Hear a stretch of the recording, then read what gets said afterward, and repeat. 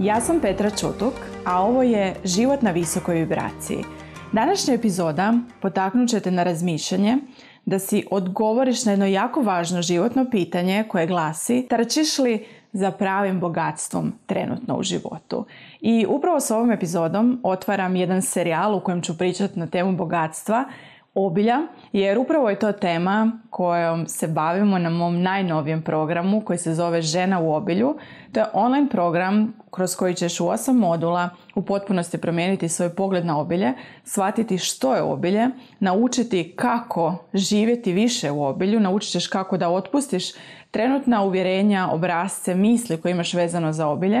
I to je program na koji jako dugo vremena radim i jako sam puno energije i sati svog života uložila u to, jer upravo tema obilja je nešto što me prati do ovog trenutka, što me pratilo do ovog trenutka u životu, jer pogotovo u fazama života kada mi je nedostajalo ovo materijalno obilje u oblicima koje bi mi omogućili da živim kvalitetan život, da živim standard kakav sam htjela živjeti, me uvijek poticala na to i motivirala da istražujem što je to obilje, da idem na edukacije, da učim, da idem unutar sebe, da kroz meditacije pokušavam shvatiti kakva je to energija obilja, gdje su te moje blokade, zašto mi ona ne dolazi.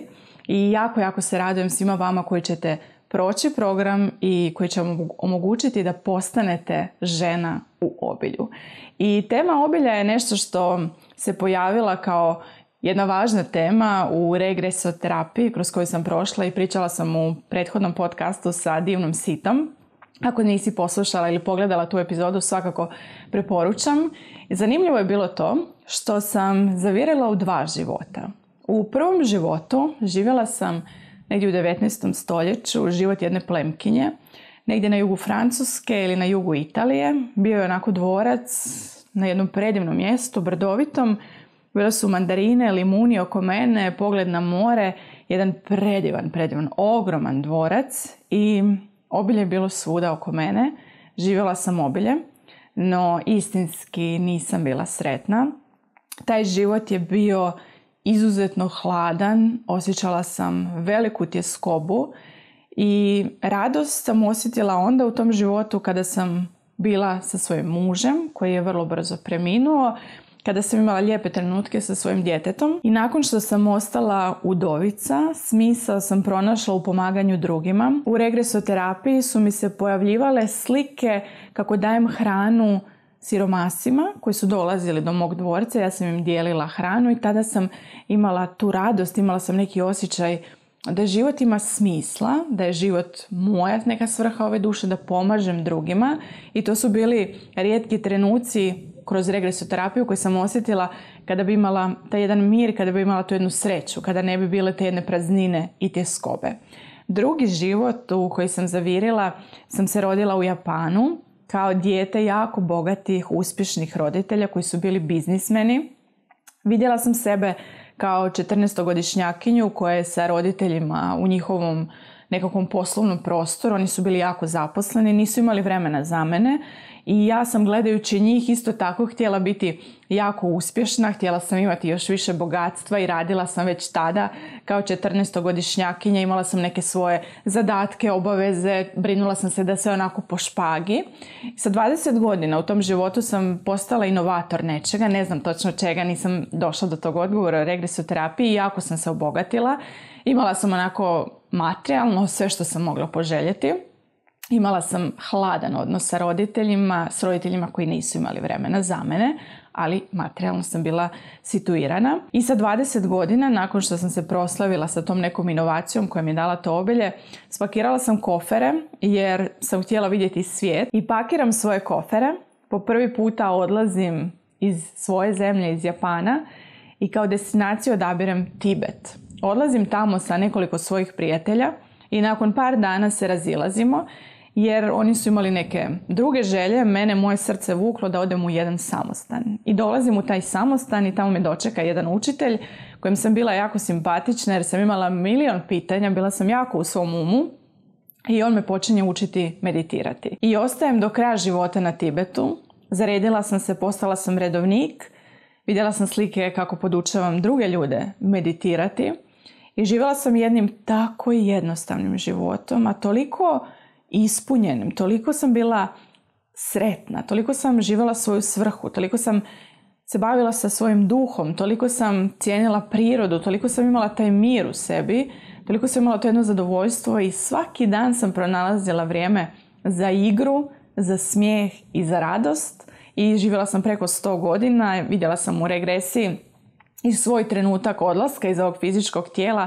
Bila sam potpuno u miru, znala sam što me čeka, znala sam da je duša besmrtna i bilo jedno divno iskustvo. I kada sam kroz regresiju vidjela ta svoja 2 života, moja duša imala poruku za mene, a poruka je glasila: nemoj nikada samo trčati za materijalnim bogatstvom jer ono se najlakše steče. Postoje druga bogatstva koja su mnogo važnija.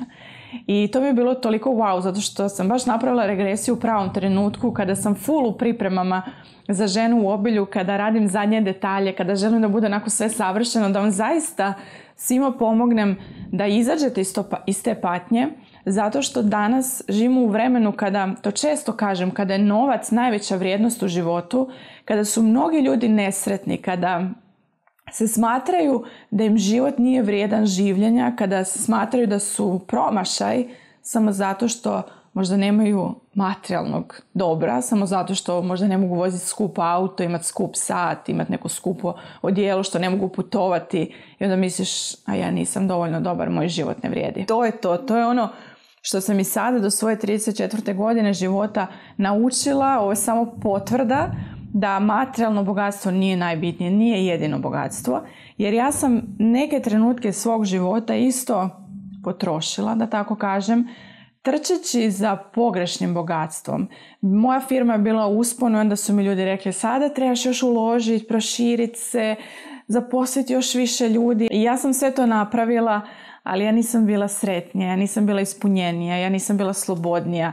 Ja nisam bila žena u obilju, nek sam bila samo žena koja ima veću svotu novca na računu i shvatila sam, ne, to je pogrešno. Inače, postoji jedna boginja koja se zove Lakšmi, njoj mantram svaki dan, za nju sam dobila blagoslov za njenu naklonost od svog gurua.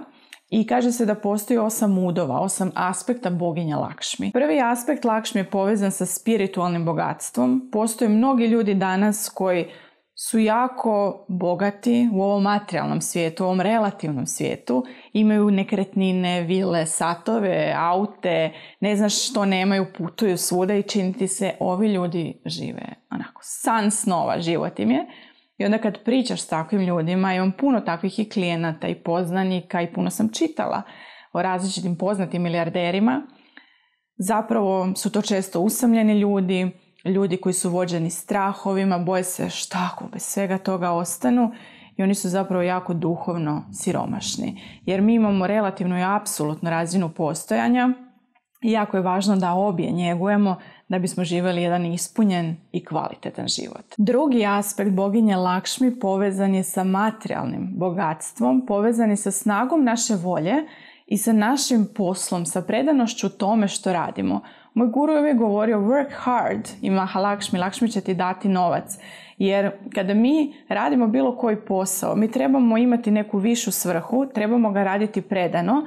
Ne mislim na to da se trebamo pretrgati od posla, da trebamo ići preko naših fizičkih mogućnosti, već da trebamo biti predani, raditi, pronaći viši smisao i ne njurgati. Danas je onako dosta popularno to i ne želim ništa raditi, želim se brzo obogatiti, ali to nije ispravan način gledanja na bogatstvo. Treći aspekt Lakšmi je priroda, hrana, minerali koje unosimo kroz hranu, vitalnost, naše zdravlje.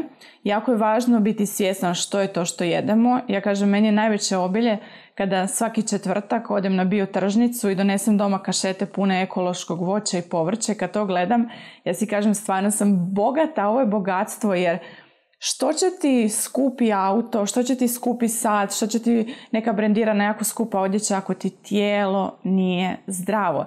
Tijelo je povezano sa tvojim umom i sa tvojim emocijama.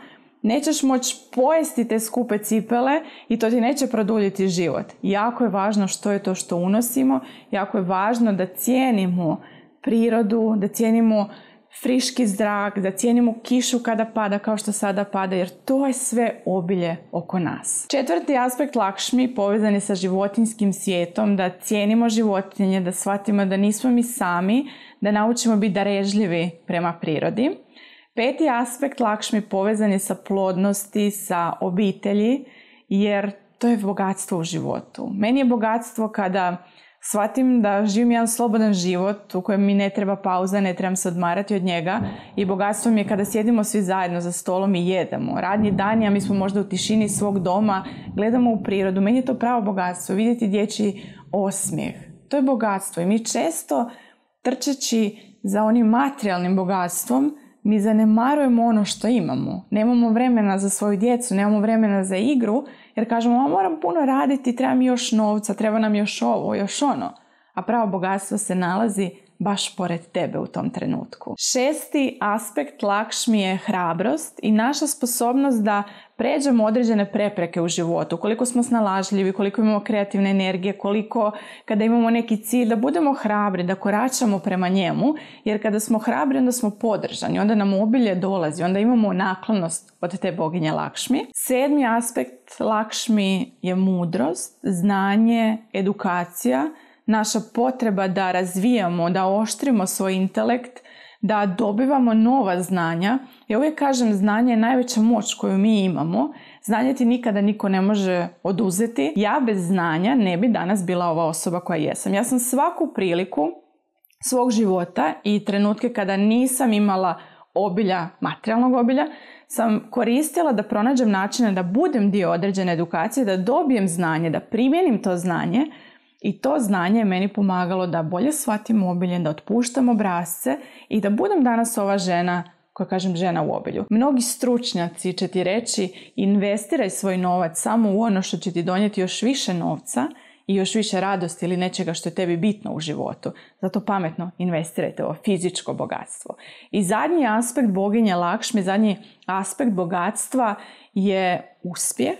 Ne samo uspjeh kao da si ti slavan, da ti se drugi hvale, povezan sa tvojim egom, već i uspjeh da ne njurgaš u životu, nego da u svim izazovima pronađeš nešto pozitivno, da vidiš priliku za svoj rast. Ovo su 8 udova, 8 aspekta boginje Lakšmi. Ovo je sve bogatstvo koje se nalazi svuda oko nas, bogatstvo koje mi imamo u životu. I za kraj ovog podcasta, ove epizode, razmisli da li trčiš za pravim ili krivim bogatstvom. Jesi li se usmjerila samo na materijalno bogatstvo i pritom pate ostali aspekti tvog života? Da li zbog toga što žudiš za nekom dizajnerskom torbicom, da li žudiš za nekim skupim autom samo da nekom pokažeš, dokažeš nešto? Kome se dokazuješ? Kome se trebaš pokazati? Da li ćeš biti istinski sretna zbog toga? Jako me zanima tvoj komentar i tvoj komentar i pitanja koje imaš za mene će mi puno značiti da pričam o tome u idućim epizodama na temu bogatstva i zasigurno će pomoći mnogima da još bolje razumiju samo obilje, energiju tog obilja. Tvoj zadatak je tokom ovog tjedna razmišljati o tome za kakvim bogatstvom trčiš i da počneš primjećivati više oko sebe ove ostale udove, aspekte bogatstva koji se nalaze oko tebe i kada ih primjetiš da im se zahvališ i slobodno ispod komentara podijeli s nama što si primijetila. Možda baš zalazak sunca, ptičji pjev, zagrljaj svog djeteta, možda ti je neko nešto poklonio, neko voće. To su sve oblici bogatstva i što smo mi više zahvalni na svim oblicima bogatstva, što ih više primjećujemo, to će nam ono početi dolaziti u većim količinama. Šaljem ti puno ljubavi, želim ti jedan predivan, ispunjujući tjedan na visokoj vibraciji. Mi se slušamo i gledamo u idućoj epizodi Života na visokoj vibraciji.